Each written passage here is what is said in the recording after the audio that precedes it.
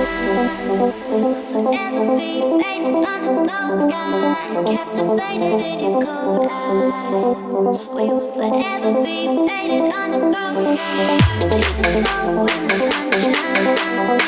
We will forever be faded under the sky, captivated in your cold eyes. Alright, so we're on our way to the soup kitchen. We're at the Loyal stop right now. It's going to take the red line and get up to Lawrence. It's about a 3-block walk, and then we'll be there.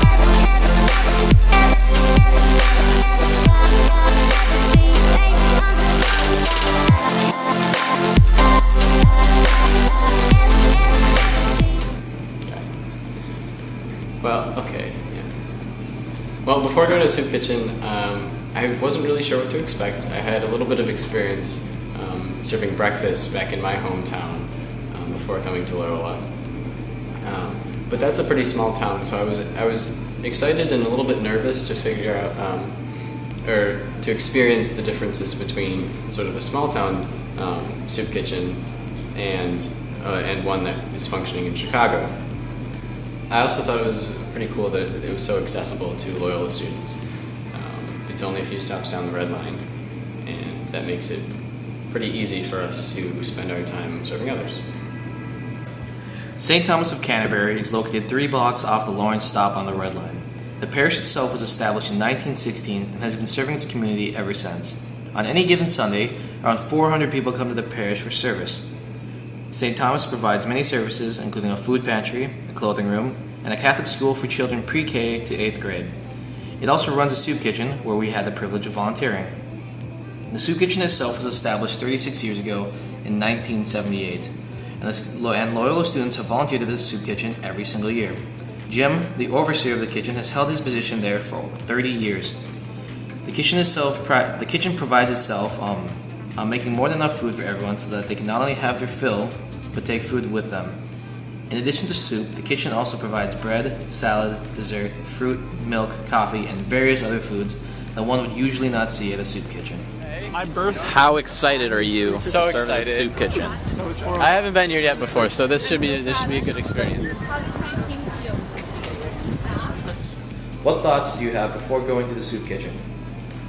I was a little apprehensive about it. I hadn't done that kind of service in a while. I was excited to see the dynamic of how everything worked.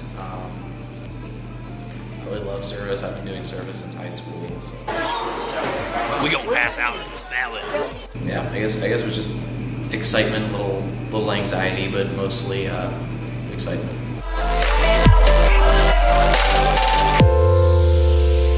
When we visited the kitchen, we were put to work immediately upon arrival. For the first hour, we were given an array of jobs that included stirring and seasoning the soup, preparing tables and chairs, chopping up and preparing food, bringing out breads and salads, preparing milk and coffee, and setting out plates and silverware. During the setup period, 2 of us who were new to St. Thomas were given a speech by Lakita about the history, significance, and rules and regulations of the soup kitchen. After the prep work was done, those who wished to would say a group prayer together. At 5 o'clock, the guests were allowed to come into the kitchen and take a seat.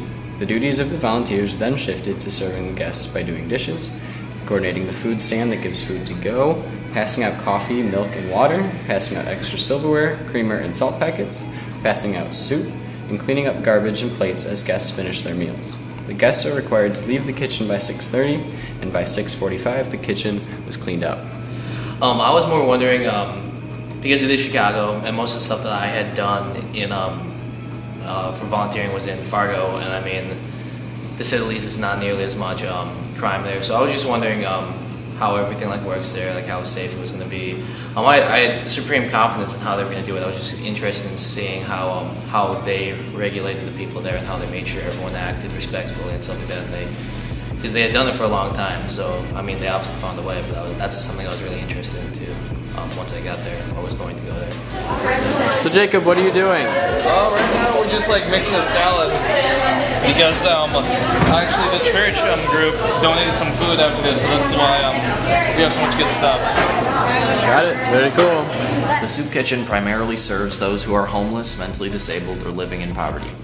Many of the guests at the kitchen may often suffer from many, if not all, of these conditions. As of January 2013, homelessness in Chicago was on a decline, but an estimated 6,300 people still remain homeless, either sheltered or unsheltered. In the same year, an estimated 550 Chicagoans met the conditions of being chronically homeless, roughly half of whom were unsheltered. Almost 34% of Chicago's homeless population are ages 0 to 24. In 2013, 26% of sheltered and 34% of unsheltered homeless individuals also received mental health services. In terms of mental health, roughly 18% of adult Americans suffer from some level of mental illness, and approximately 4% experience serious mental illness that hinders everyday activity. August 2013 data indicates an increase in active clients at Chicago mental health clinics since the year 2012. Lastly, in terms of poverty, 14.5% of Chicago residents were living in poverty as of 2012. Poverty can often come as both a cause and effect of homelessness, as well as an effect of living with a mental disability. However, for those struggling with any of these conditions, there is hope. Both the City of Chicago and many private organizations are working to help those in need. The city itself provides shelters, case management services, cooling and warming centers, emergency food assistance, and extreme weather emergency services to those who are homeless. The Chicago Department of Public Health clinics also offer services to the mentally ill, such as crisis intervention, group counseling, medication monitoring, psychosocial rehabilitation, and anger management. In terms of private organizations, a prominent worker toward helping the mentally disabled is the Mental Health Association of Greater Chicago. It focuses on juvenile and adolescent mental health, as well as that of young adults, families, and veterans.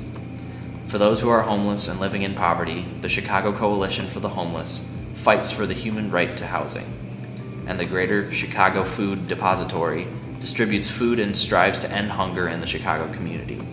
The same goal is held by the Society of St. Vincent de Paul Food Pantries, a network of pantries serving Cook and Lake counties. Well, after the soup kitchen, I realized that I had a lot of fun. I went there with a few friends, and that was a lot of. It was a different kind of Friday night, but it was a good kind of Friday night. And I also met some different people who were serving there from Loyola as well, and now I'm starting to recognize them around campus, which is a pretty cool way to meet people. Afterwards, I felt a sense of accomplishment. I felt like I felt more part of Chicago as a community. After going to the soup kitchen, I was astonished by how much food they had for people. Like, not only did they have enough to feed everyone as much as they wanted beforehand, but they were able to have people take food home. Well, I learned about myself that I actually find a lot of joy in giving other people something to be thankful for. It's not just about my own satisfaction in serving, but it's very cool to see their faces light up, even when I don't hand them soup, but I just smile at them. Homelessness is a big problem. Anywhere you go, Chicago is no different. What I learned about myself, I learned that I have these prejudicial clicks in my head that happen when I look at people. I feel like the service helped me get past that, helped me get out of my head a little bit, and just be with other people. What I learned about myself was that so I really like doing this stuff. I was pretty uncomfortable doing stuff like this when I was younger, and it's nice to know that I've gotten a lot more comfortable with things like that. I really think that service at the soup kitchen connects well to care of personalis, or care of the whole self. Not only of the people coming to the soup kitchen, because we're feeding them, and we're giving them someone to talk to, but also for our own self. I think it's very important, and it's a large part of caring for yourself when you're able to put others first and to give back to others. Well, something that Jim said and what everyone else here believes, that we're not here to just give them food, just slop on the table and just give them whatever they want. It's really here to converse with them, to treat them like they're equals. Loyola and their sense of justice and their sense of just compassion really fits in well. Try, so come on. So many pictures. In the street, there are plenty of programs. I definitely plan on applying, or I have applied for an alternative break immersion. I'd really like to do the trip to Detroit with their farms and everything. It sounds really cool. But I just say reach out to campus ministry and see what fits your schedule. A group from Loyola goes to the soup kitchen every Tuesday and Friday. Anyone is welcome.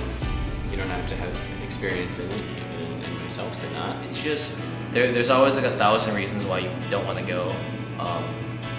But I think if you just keep on going at yourself at that pace, you're going to end up loving it. And it's going to be part of your schedule, and you're not going to want to miss it.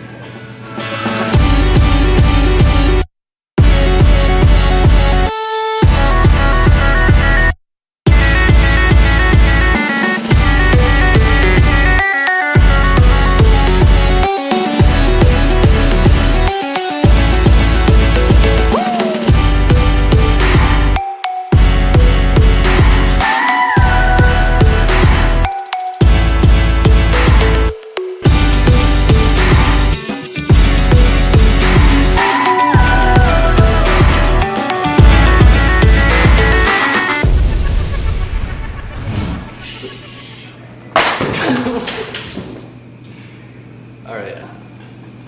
Is that recording? Yes.